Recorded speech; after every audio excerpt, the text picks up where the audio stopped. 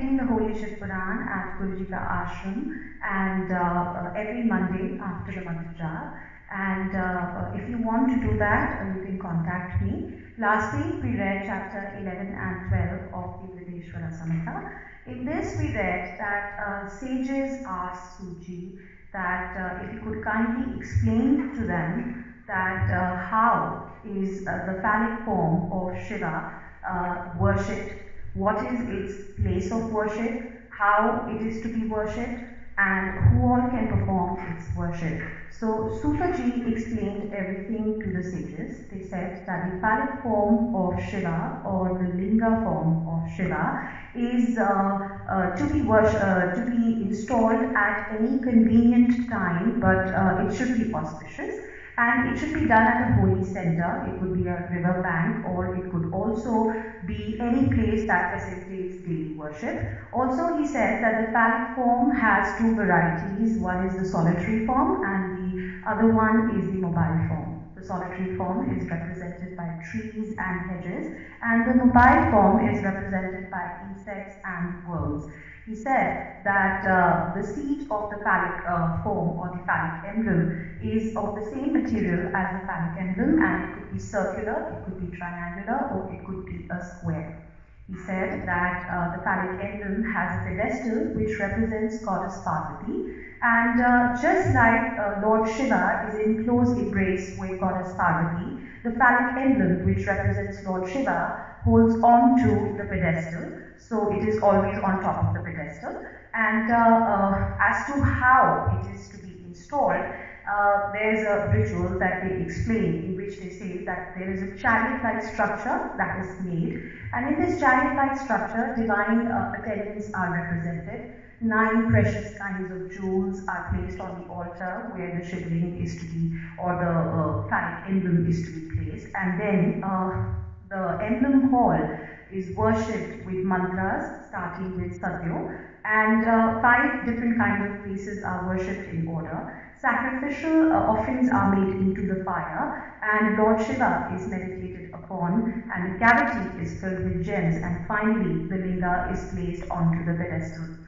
The installer of the phallic emblem is accorded Shiva's region, and this phallic emblem is to be worshipped daily as per the convenience, but it has to be worshipped.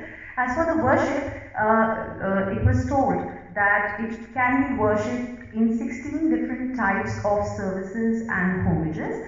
And in this chapter, Suji also emphasized on the Pranav mantra, which is called Om, and its importance.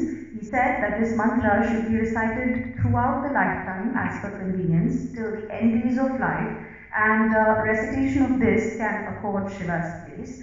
And in the next chapter, the sages asked Sutaji about the holy centers, the various holy centers where phallic emblem is put. So, and also it was asked that what are the traditions of the Shiva's temples, and what kind of men and women can attain Shiva's region. To which Sutaji replied that these holy centers were actually raised by Lord Shiva himself at various destinations and localities, so that the residents of these localities can attain liberation, and these localities are closer to the shore of the ocean, or in the confluence of hundreds of rivers like Ganga, Yamuna, Kaveri, etc. We have so many holy rivers in India, and on the banks of these rivers you would find these holy centers, and a lot of meditation and rituals are performed there. And the most important part he mentioned was that meritorious actions should be performed in these holy centers, and the fruit of these meritorious actions are manifold if they are done in these holy centers, and likewise the consequences of sinful acts done here are also manifold. Now today we'll be reading chapter 13, which is description of good conduct, and Seema Aunty will be reading in English and I will be reading. And for the reading of the Shiv Puran at Guruji Ka Ashram, and Guru mark for any mispronunciations, it's a tough read.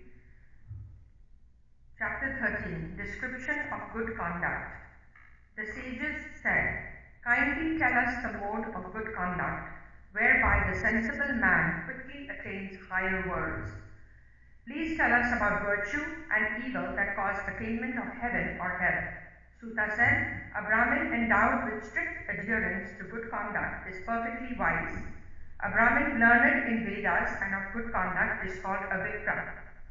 A Brahmin endowed with only one of these two is a mere Dvija.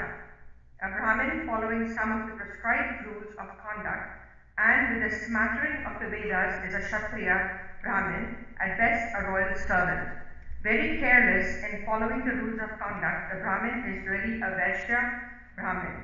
One engaged in agriculture and trading activities is also likewise.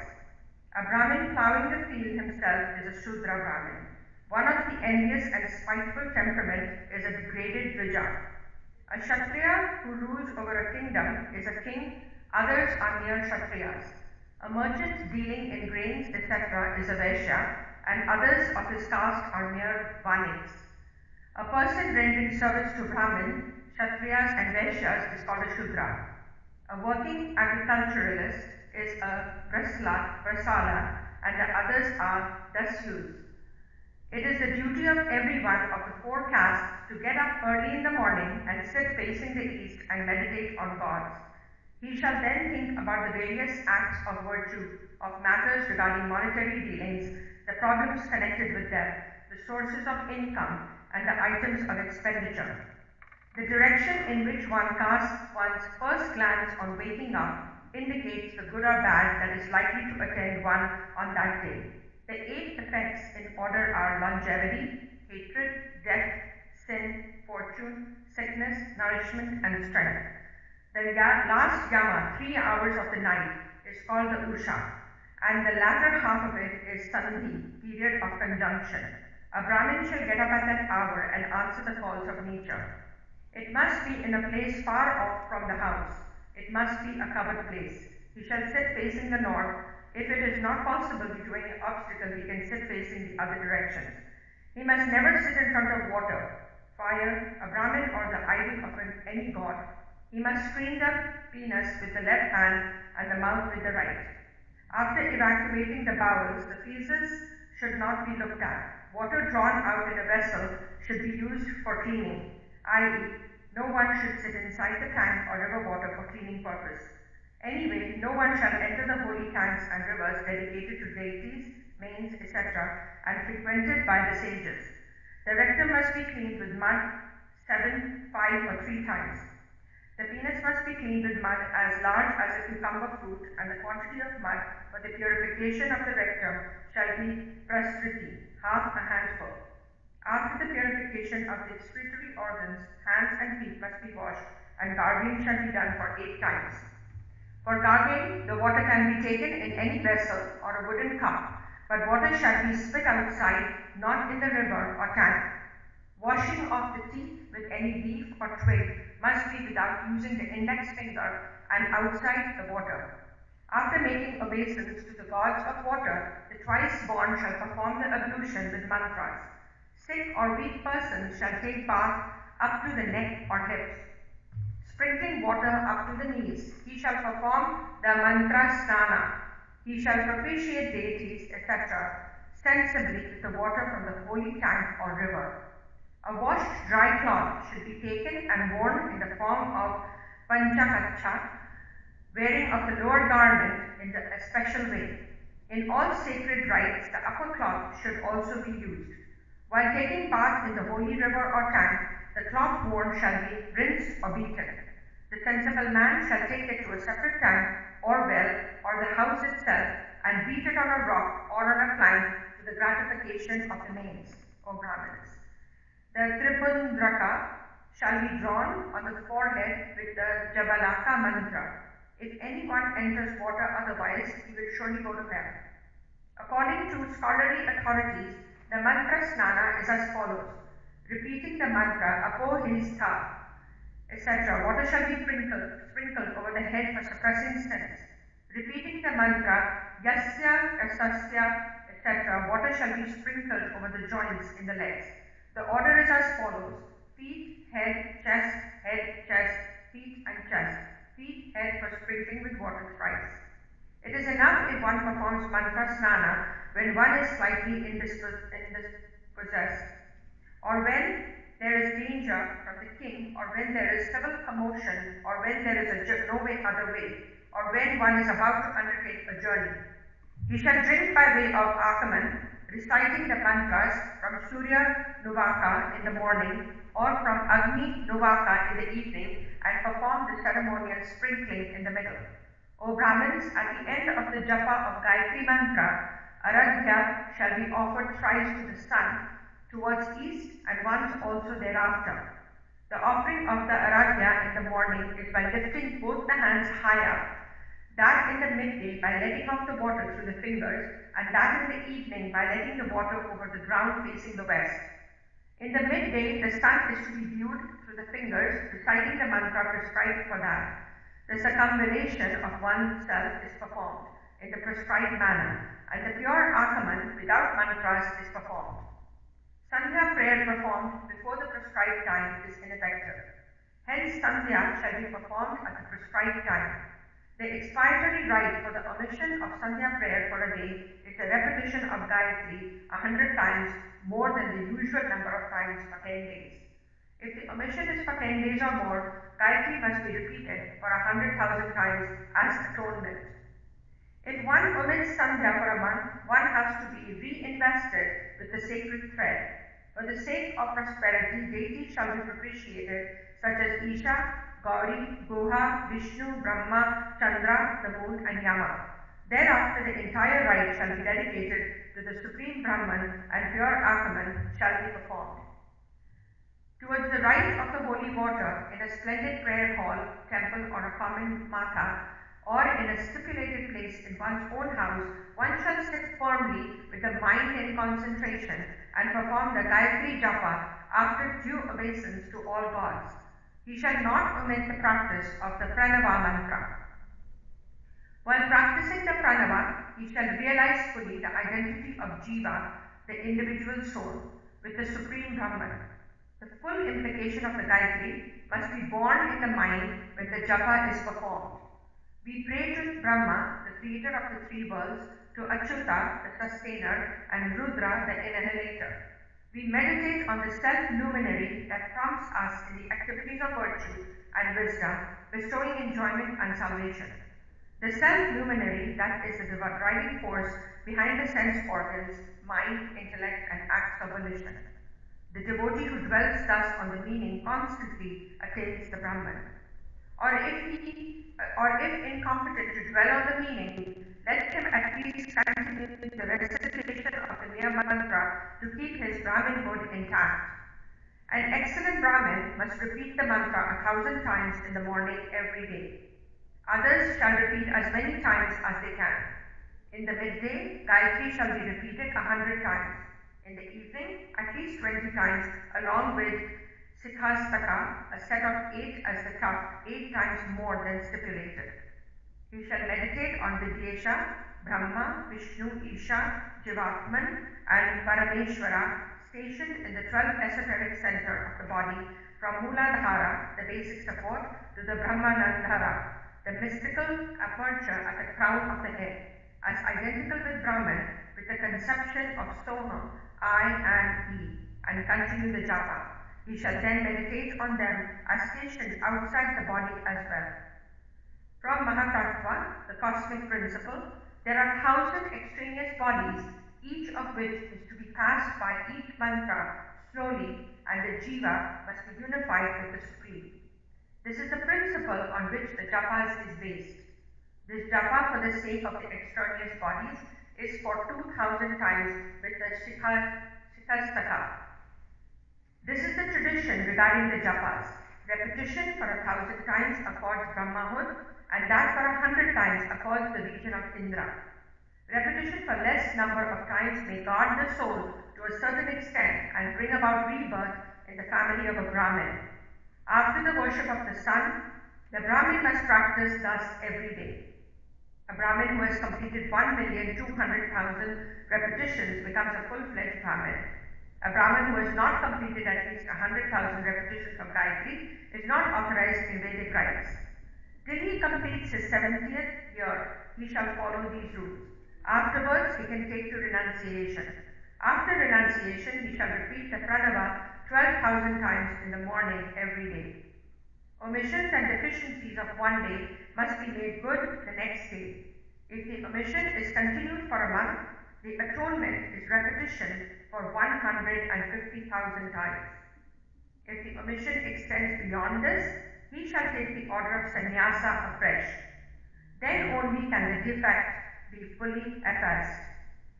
Otherwise, he is sure to fall into Raurava, the terrible hell. Only the person who has a cherished desire shall endeavor for virtue and wealth and not others. A Brahmin shall seek salvation and practice the ways of realizing Brahman forever. The virtue wealth is derived, and from wealth enjoyment. Vairagya, non-attachment, is the outcome of enjoyment. That is to say, when one fully enjoys the pleasures by means of wealth, acquired by virtuous means, one comes to the state of Vairagya, detached state. If the enjoyment is through wealth that is acquired by other means, the result is the increase of passion alone. Dharma is twofold. One through the sacrificial offering and the other through the body by performing ceremonial ablution in a sacred river, etc. One can earn wealth through virtue and divine form through penance. A person freed from desire gains purity, and by purity he acquires knowledge. There is no doubt about it. In the ages of Krata, Treta and Dwapara, penance was recommended for attaining dharma. But in the age of Kali, it is the sacrificial offering that secures dharma for us. In the Krita age, knowledge was acquired through meditation. In the Treta age, through penance. In the Dwapara, through sacrifice. And now in the Kali age, it is through the worship of idols. The fruit is in accordance with the nature of merit and sin. Deficiency, increase, decrease, etc. are due to the differences in the articles employed and the part of the body and items of rights. Evil is of violent character and virtue is of pleasant nature. A person becomes miserable due to evil and secures happiness on account of virtue. It must be known that bad conduct leads to misery and good conduct to happiness. Hence, it is the duty of everyone to acquire virtue for the sake of worldly enjoyment as well as salvation. If anyone regularly offers sufficient material means to a Brahmin with 4 members in his family for 100 years, he will remain in Brahmaloka. The rite of Chandrayana performed 1,000 times yields Brahmaloka. It is the duty of a Kshatriya to establish and sustain 1,000 families. It yields Indraloka to him. If he maintains 10,000 families, he attains Brahmaloka. According to scholars in the Vedas, a man attains the region of that deity in meditation, of whom he makes charitable gifts. A man devoid of wealth shall endeavor to accumulate penance and austerities. Everlasting happiness is achieved by pilgrimages to holy centers and penances. Now I shall expound the mode of acquiring wealth through pure and lawful means.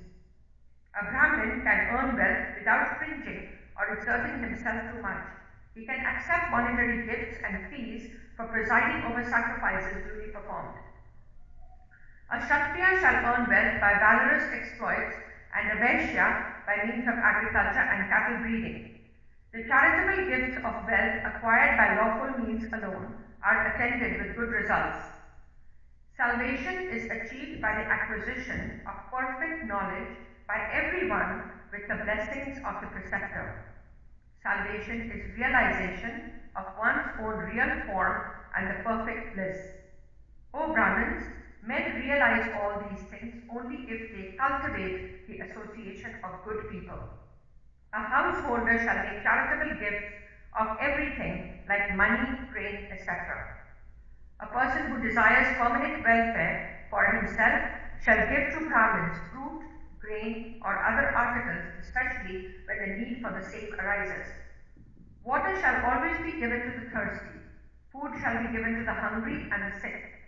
Gift of food is of 4 types: field, unhusked grain or seed, uncooked food, and cooked food. A giver of food receives half the merit of the receiver which he accumulates till the time that food is digested or as long as the glory of Lord Shiva reaches his ears.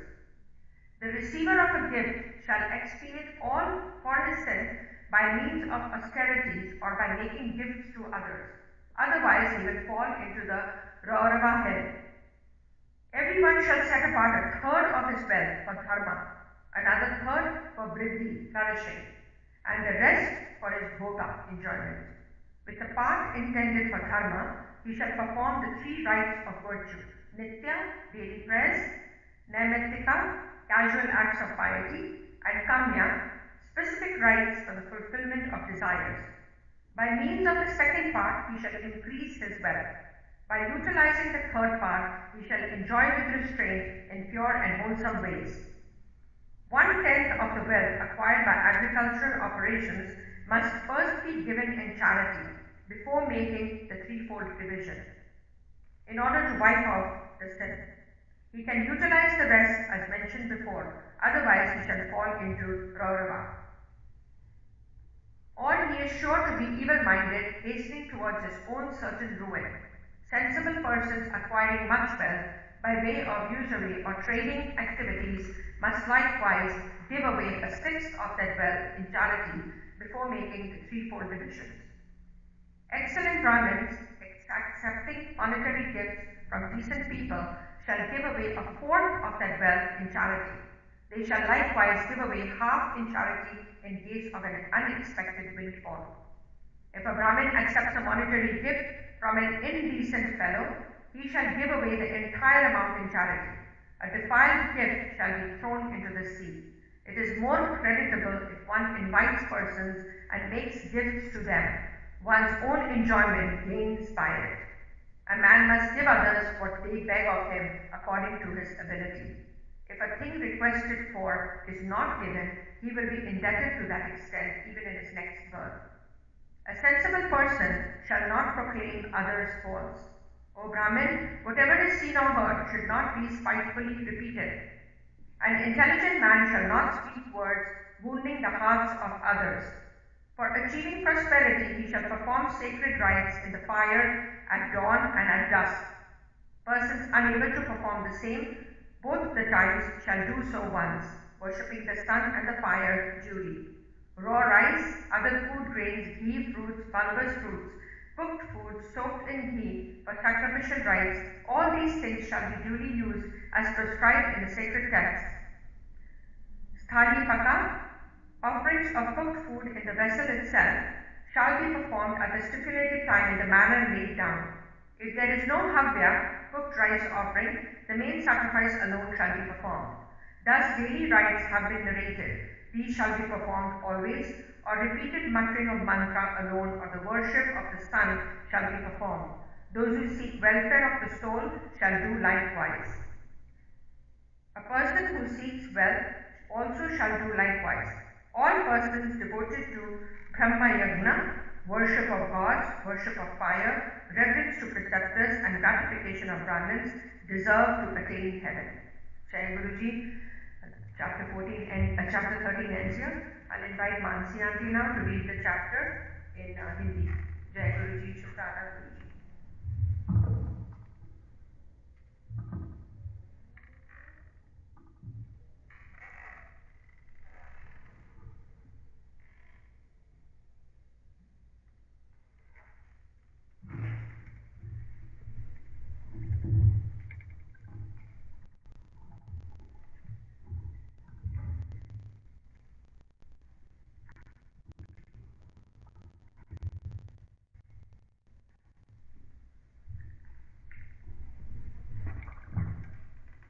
सदाचार, शौचाचार, स्नान, हस्तधारण, संध्या वंदन, प्रणव जप, गायत्री जप, दान, न्यायतः अग्निहोत्री का वर्णन। ऋषि ने कहा, सूची, अब आप शीघ्र ही हमें सदाचार सुनाइए, जिससे विद्वान पुरुष पुण्य लोक पर विजय पाता है। स्वर्ग प्रदान करने वाले धर्ममय आचार तथा नरक का कष्ट देने वाले अधर्ममय आचारों का भी वर्णन कीजिए। सूची बोले, सदाचार का पालन करने वाला विद्वान ब्राह्मण ही वास्तव में ब्राह्मण नाम धारण करने का अधिकारी है। जो केवल वेदोक्त आचार का पालन करने वाला एवं वेद का अभ्यासी है, उस ब्राह्मण की विप्र संज्ञा होती है। सदाचार, वेदाचार तथा विद्या, इनमें से एक एक गुण से ही युक्त होने पर उसे द्विज कहते हैं। जिसमें स्वल्प मात्रा में ही आचार का पालन देखा जाता है, जिसने वेदाध्ययन भी बहुत कम ही किया है, तथा जो राजा का सेवक है, उसे क्षत्रिय ब्राह्मण कहते हैं। जो ब्राह्मण कृषि तथा वाणिज्य कर्म करने वाला है और कुछ ब्राह्मणोचित आचार का भी पालन करता है, वह वैश्य ब्राह्मण है, तथा जो स्वयं ही खेत जोतता है, उसे शूद्र ब्राह्मण कहा गया है। जो दूसरों के दोष देखने वाला और परद्रोही है, उसे चांडाल द्विज कहते हैं। इसी तरह क्षत्रियों में भी जो पृथ्वी का पालन करता है, वह राजा है। दूसरे लोग राजतत्वहीन क्षत्रिय माने गए हैं। वैश्यों में भी जो धान्य आदि वस्तुओं का क्रय विक्रय करता है, उसे वैश्य कहलाते हैं। दूसरों को वाणिक कहते हैं। जो ब्राह्मणों, क्षत्रियों तथा वैश्यों की सेवा में लगा रहता है, वही वास्तव में शूद्र कहलाता है। जो शूद्र हल जोतने का काम करता है, उसे वृषण समझना चाहिए। सेवा, शिल्प और कर्षण से भिन्न वृत्ति का आश्रय लेने वाले शूद्र दस्यु कहलाते हैं। इन सभी वर्णों के मनुष्य को चाहिए कि वह ब्रह्म मुहूर्त में उठकर पूर्वाभिमुख हो सबसे पहले देवताओं का, फिर धर्म का, अर्थ का, उसकी प्राप्ति के लिए उठाए जाने वाले क्लेशों का तथा आय और व्यय का भी चिंतन करें। रात के पिछले पहर को पूछ काल जानना चाहिए। उस अंतिम पहर का जो आधा या मध्यम भाग है, उसे संधि कहते हैं। उस संधि काल में उठकर द्विज को मल मूत्र आदि का त्याग करना चाहिए। घर से दूर जाकर बाहर से अपने शरीर को ढके रखकर दिन में उत्तराभिमुख बैठकर मल मूत्र का त्याग करें। यदि उत्तराभिमुख बैठने में कोई रुकावट हो तो दूसरी दिशा की ओर मुख करके बैठें। जल, अग्नि, ब्राह्मण आदि देवताओं का सामना बचाकर बैठे। मल त्याग करके उठने पर फिर उस मल को ना देखें। तदनंतर जलाशय से बाहर निकाले हुए जल से ही गुदा की शुद्धि करें अथवा देवताओं, पितरों तथा ऋषियों के तीर्थों में उतरे बिना ही प्राप्त हुए जल से शुद्धि करनी चाहिए। गुदा में 7, 5 या 3 बार मिट्टी लगाकर उसे धोकर शुद्ध करें। लिंग में ककोड़े के फल के बराबर मिट्टी लगाएं और उसे धो दें, परंतु गुदा में लगाने के लिए 1 पसंद मिट्टी की आवश्यकता होती है। लिंग और गुदा की शुद्धि के पश्चात उठकर अन्यत्र जाए और हाथ पैरों की शुद्धि करके 8 बार कुल्ला करें। जिस किसी वृक्ष के पत्ते से अथवा उसके पतले काट से जल के बाहर तत्वन करना चाहिए। उस समय तर्जनी अंगुली का उपयोग न करें। ये दंड शुद्धि का विधान बताया गया है। तदनंतर जल संबंधी देवताओं को नमस्कार करके मंत्र पाठ करते हुए जलाशय में स्नान करें। यदि कंठ तक या कमर तक पानी में खड़े होने की शक्ति न हो तो घुटने तक जल में खड़े हों और अपने ऊपर जल छिड़ककर मंत्रोच्चारण पूर्वक स्नान कार्य संपन्न करें। विद्वान पुरुष को चाहिए कि वह तीर्थ जल से देवता आदि का स्नानम तर्पण भी करे। इसके बाद धौत वस्त्र लेकर 5 गज करके उसे धारण करें। साथ ही कोई उत्तरीय भी धारण करें, क्योंकि संध्या वंदन आदि सभी कर्मों में उसकी आवश्यकता होती है। नदी आदि तीर्थों में स्नान करने पर स्नान संबंधी उतारे हुए वस्त्रों को वहां न धोए। स्नान के पश्चात विद्वान पुरुष भीगे हुए उन वस्त्रों को बावड़ी में, कुएं के पास अथवा घर आदि में ले जाए और वहां पत्थर, लकड़ी आदि पर जल में या स्थल में अच्छी तरह धोकर उस वस्त्र को निचोड़े। द्विजों, वस्त्रों के निचोड़े से जो जल गिरता है वह एक श्रेणी के पितरों की तृप्ति के लिए होता है। इसके बाद जापाली उपनिषद में बताए गए अग्निरीति मंत्र से भस्म लेकर उसके द्वारा त्रिपुंड लगाएं। इस विधि के पालन ना किया जाए, इसके पूर्व ही यदि जल में भस्म गिर जाए तो गिरने वाला नरक में जाता है। आपोहिष्ठा इत्यादि मंत्र से पाप शांति के लिए सिर पर जल छिड़कें तथा यस्य शयाय इस मंत्र को पढ़कर पैर पर जल छिड़कें। इसे संधि प्रोक्षण कहते हैं। आपोहिष्ठा इत्यादि मंत्र में 3 ऋचाएं हैं और प्रत्येक ऋचा में गायत्री चरण के 3-3 चरण हैं। इनमें से प्रथम ऋचा के 3 चरणों का पाठ करते हुए क्रमश पैर, मस्तक और हृदय में जल छिड़कें।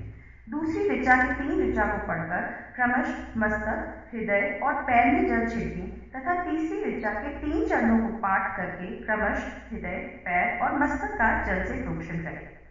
इसे विद्वान पुरुष मंत्र स्नान मानते हैं। किसी अपवित्र वस्तु के किंचित स्पर्श हो जाने पर, अपना स्वास्थ्य ठीक न रहने पर, राजा और राष्ट्र पर भय उपस्थित होने पर तथा यात्रा काल में जल की उपलब्धि न होने की विवशता आ जाने पर मंत्र स्नान करना चाहिए। प्रातःकाल सूर्यश्च मामनुष्यश्च इत्यादि सूर्यनिवास से तथा सायंकाल अग्निश्च मामनुष्यश्च इत्यादि अग्नि संबंधी अनुवाद से जल का आचमन करके पुनः जल से अपने अंगों को प्रोक्षण करें। मध्यम काल में भी आपः पुनन्तु इस मंत्र से आचमन करके पूर्वतः प्रोक्षण या मार्जन करना चाहिए। प्रातः काल की संध्योपासना में गायत्री मंत्र का जाप करके 3 बार ऊपर की ओर सूर्य देव को अर्घ देना चाहिए। ब्राह्मणों मध्यम काल में गायत्री मंत्र के उच्चारण पूर्वक सूर्य को एक ही अर्घ देना चाहिए। फिर सायंकाल आने पर पश्चिम की ओर मुख करके बैठ जाएं और पृथ्वी पर ही सूर्य के लिए अर्घ दें। प्रातःकाल और मध्यम काल के समय अंजलि में अर्घ जल लेकर अंगुलियों की ओर से सूर्य देव के लिए अर्घ दें। फिर अंगुलियों के छिद्र से ढलते हुए सूर्य को देखें तथा उनके लिए स्वतः प्रदक्षिणा करके शुद्ध आचमन करें। सायकाल में सूर्यास्त से 2 घड़ी पहले की हुई संध्या निष्फल होती है, क्योंकि वह साय संध्या का समय नहीं है। ठीक समय पर संध्या करनी चाहिए, ऐसा शास्त्र की आज्ञा है। यदि संध्योपासना किए बिना ही दिन बीत जाए तो प्रत्येक समय के लिए क्रमशः प्रायश्चित करना चाहिए। यदि एक दिन बीते तो प्रत्येक बीते हुए संध्या काल के लिए नित्य नियम के अतिरिक्त 100 गायत्री मंत्र का अधिक जप करें। यदि नित्य कर्म के लुप्त हुए 10 दिन अधिक बीत जाए तो उसे प्रायश्चित रूप में 1 लाख गायत्री का जप करना चाहिए।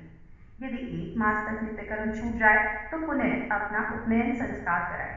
अर्थ सिद्धि के लिए ईश, गौरी, कार्तिकेय, विष्णु, ब्रह्मा, चंद्रमा और यम का तथा ऐसे ही अन्य देवताओं का भी शुद्ध जल से तर्पण करें। फिर तर्पण कर्मों को ब्रह्मार्पण करके शुद्ध आचमन करें।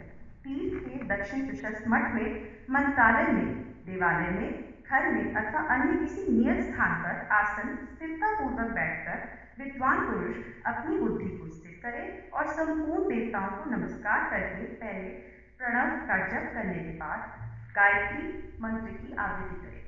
प्रणव के अ, उ और म इन तीनों अक्षरों से जीव और ब्रह्मा की एकता का प्रतिपादन होता है। इस बात को जानकर प्रणव अर्थात ओम का जप करना चाहिए। जप काल में ये भावना करनी चाहिए कि हम तीनों लोकों की सृष्टि करने वाले ब्रह्मा, पालन करने वाले विष्णु तथा संहार करने वाले रुद्र की जो स्वयं प्रकाश चिन्मय है उपासना करते हैं। ये ब्रह्म स्वरूप ओंकार हमारी कर्मेंद्रियों और ज्ञानेंद्रियों की वृत्तियों को, मन की वृत्तियों को तथा बुद्धि वृत्तियों को सदा भोग और मोक्ष प्रदान करने वाले धर्म एवं ज्ञान की ओर प्रेरित करे। प्रणव के इस अर्थ का बुद्धि के द्वारा चिंतन करता हुआ जो इसका जप करता है वह निश्चय ही ब्रह्मा को प्राप्त कर लेता है। अथवा अर्थानुसंधान के बिना भी प्रणव का नित्य जप करना चाहिए। इससे ब्राह्मण तत्व की पूर्ति होती है। ब्राह्मण तत्व की पूर्ति के लिए श्रेष्ठ ब्राह्मण को प्रतिदिन प्रातःकाल 1 सहस्त्र गायत्री मंत्र जप करना चाहिए। मध्यम काल में 100 बार और सायंकाल में 28 बार जप की विधि है। अन्य वर्ण के लोगों को अर्थात क्षत्रिय और वैश्य को तीनों संध्याओं के समय यथासाध्य गायत्री जप करना चाहिए। शरीर के भीतर मूलाधार, स्वादिष्ठान, मणिपुर, अनाहत, आज्ञा और सहस्रार ये 6 चक्र हैं। इनमें मूलाधार से लेकर सहस्रार तक 6 स्थानों में क्रमशः वित्तेश्वर, ब्रह्मा, विष्णु, ईश, जीवात्मा और परमेश्वर स्थित हैं। इन सब में ब्रह्म बुद्धि करके इनकी एकता का निश्चय करें और मैं ब्रह्म हूँ ऐसी भावना पूर्वक प्रत्येक श्वास के साथ सोहम का जप करें। उन्हीं विद्येश्वर आदि के ब्रह्मानंद आदि में तथा इस शरीर से बाहर की भावना करें। प्रकृति के विकारभूत महत्व से लेकर पंचभूत पर्यंत तत्वों से बना हुआ जो शरीर है, ऐसे सहस्त्रों शरीरों का एक एक अक्षरा गायत्री के जप से एक एक के क्रम से अतिक्रमण करके जीव को धीरे धीरे परमात्मा से संयुक्त करें। ये जप का तत्व बताया गया है। 100 अथवा 28 मंत्रों के जप से उतने ही शरीरों का अतिक्रमण होता है। इस प्रकार जो मंत्रों का जप है, इसी को अधिक्रम से वास्तविक जप जानना चाहिए। सहस्त्र बार किया हुआ जप ब्रह्मलोक प्रदान करने वाला होता है, ऐसा जानना चाहिए। 100 बार किया हुआ जप इंद्र पद की प्राप्ति कराने वाला माना गया है। ब्राह्मणोत्तर पुरुष आत्मरक्षा के लिए जो स्वल्प मात्रा में जप करता है, वह ब्राह्मण के कुल में जन्म लेता है। प्रतिदिन सूर्योत्थान कर उपयुक्त रूप से जप का अनुष्ठान करना चाहिए। 12 लाख गायत्री का जप करने वाला पुरुष पूर्ण रूप से ब्राह्मण कहा गया है। जिस ब्राह्मण ने 1 लाख गायत्री का भी जप न किया हो, उसे वैदिक कार्य में ना लगाया। 70 वर्ष की अवस्था तक नियम पालन पूर्वक कार्य करें। इसके बाद गृहस्थ त्याग कर संन्यास ले लें। परिवारवाचक या सन्यासी पुरुष नित्य प्रातःकाल 12,000 प्रणव का जप करे। यदि एक दिन इस नियम का उल्लंघन हो जाए तो दूसरे दिन उसके बदले उतना मंत्र और अधिक जपना चाहिए और सदा इस प्रकार जप को चलाने का प्रयत्न करना चाहिए। यदि क्रमश 1 मास आदि का उल्लंघन हो गया हो तो 1.5 लाख जप करके उसका प्रायश्चित करना चाहिए। इससे अधिक समय तक नियम का उल्लंघन हो जाए तो पुनः नए सिरे से गुरु से नियम ग्रहण करें। ऐसा करने से दोषों की शांति होती है, अन्यथा वह रौरव नरक में जाता है। जो साकाम भावना से युक्त गृहस्थ ब्राह्मण है उसी को धर्म का अर्थ के लिए यत्न करना चाहिए। मुमुक्षु ब्राह्मण को सदा ज्ञान का ही अभ्यास करना चाहिए। धर्म से अर्थ की प्राप्ति होती है, अर्थ से भोग सुलभ होता है, फिर उस भोग से वैराग्य की संभावना होती है। धर्म पूर्वक उपार्जित धन से जो भोग प्राप्त होता है उससे एक दिन अवश्य वैराग्य का उदय होता है। धर्म के विपरीत अधर्म से उपार्जित हुए धन के द्वारा जो भोग प्राप्त होता है उससे भोगों की प्राप्ति की आसक्ति उत्पन्न होती है। मनुष्य धर्म से धन पाता है, तपस्या से उसे दिव्य रूप की प्राप्ति होती है। कामनाओं का त्याग करने वाले पुरुष के अंतकरण की शुद्धि होती है। उस शुद्धि की ज्ञान का उदय होता है, इसमें संशय नहीं है। सतयुग आदि में तपों की प्रशस्त कहा गया है, किंतु कलयुग में द्रव्य साध्य धर्म अच्छा माना गया है। सतयुग में ध्यान से, त्रेता में तपस्या से, द्वापर में यज्ञ करने से ज्ञान की सिद्धि होती है, परंतु कलयुग में प्रतिमा की पूजा से ज्ञान प्राप्त होता है। अधर्म हिंसा रूप है और धर्म सुख रूप है। अधर्म से मनुष्य दुख पाता है और धर्म से वह सुख एवं अभ्युत्था का भागी होता है। दुराचार से दुख प्राप्त होता है और सदाचार से सुख। अतः भोग और मोक्ष की सिद्धि के लिए धर्म का उपार्जन करना चाहिए।